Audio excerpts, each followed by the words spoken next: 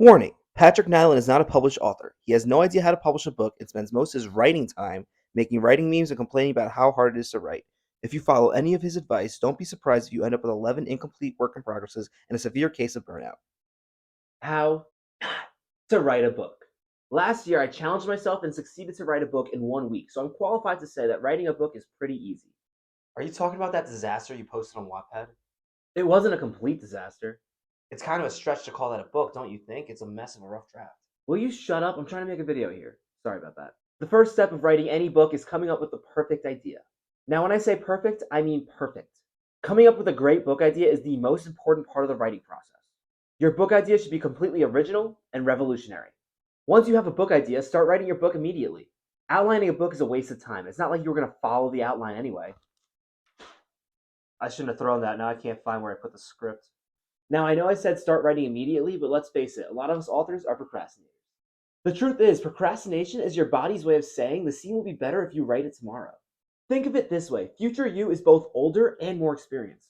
The scene that they're going to write is better than any scene that you're going to write right now anyway, so let them deal with it. Bonus points if you procrastinate productively. A great way to procrastinate productively is watching Interstellar. You're actually procrastinating productively by watching this writing video right now. Speaking of, be sure to like this video so the YouTube algorithm knows it's brilliant and pushes it out to more authors. That way they can procrastinate too. It's like a train of improductivity. Another concept associated with procrastination is the lack of motivation to write. The main cause of having a lack of motivation to write is having a book idea that isn't good enough. In that case, scrap it and think of a better one. So what if you're in the middle of working on a writing project? The new idea is so much better anyway. And the new idea comes with new writing motivation.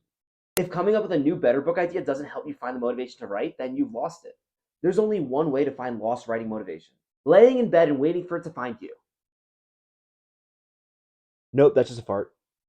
Once you find your motivation and you start writing your book, there's one thing you have to remember: the reader deserves perfection. If anything feels off about a scene, delete it and start again. If you come up with a way to improve your story halfway through, delete the entire thing and start again. If you feel self-doubt in any capacity, delete everything and start again. Remember, you can't write a bad book if you don't finish writing the book. Any book that isn't perfect is a bad book. Speaking of bad books, a lot of books that get bad reviews online are actually really good. The readers just thought they were bad because they didn't understand them. As an author, you have to assume that your reader is a complete dumbass. I mean, come on, they don't even spell check their reviews. I'm sorry, I'm just a little confused because the book introduced Mike, Michael, and Mitch in the same scene. How are you possibly confused? Those are three different names. What if three people walked up to you, introduced themselves as Mike, Michael, and Mitch? You'd get confused? Actually, I probably would get confused. Stupid reader. The best way for you to avoid confusing readers is by spelling every single thing out for them so they can't possibly get confused. If you leave anything up for their imagination, they will corrupt the perfect vision that is your book. I like to use block paragraphs to explain my vision of the story's world in great detail. The best place to put these block paragraphs is at the beginning of the book. That way the reader can't possibly get confused. Speaking of stupid readers, the only way to get any readers is publishing your book. I recommend doing that as fast as possible. As soon as you write the final chapter, slap a cover on there and put it out there. As my mom once taught me, don't judge a book by its cover. Meaning you shouldn't waste time, effort, or money on your book's cover. Likewise, you shouldn't waste any time editing your book. Remember, we took extra time during the writing process to make sure we wrote the perfect book. The perfect first draft doesn't need editing. And if you're like me and your grammar's a little bit iffy, just use Grammarly. Why would you hire an editor when Grammarly could do all that crap for free? As you can see, writing a book is really easy. I mean, come on, 14-year-olds do it all the time. What's your excuse? If it's so easy, why haven't you officially published a book yet? Why are you so critical of me? Why can't you just let me make my video in peace, huh? You're the reason I haven't published a book.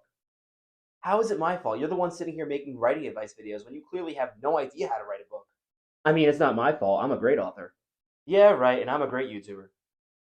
And now you know how not to write a book. Let me know in the comments what writing topics you want to learn how not to do next. Also, let me know what you thought of this video and if you want to see me do more videos like this in the future. I first started the How Not To series on TikTok, and I realized I think a longer video format really does it justice. That's all I have for this video. If you enjoyed this video, be sure to subscribe so you don't miss the next video in the How Not To series. Thank you so much for watching. If you enjoyed this video, I have a feeling that you'll like this video too. Good luck with writing your book.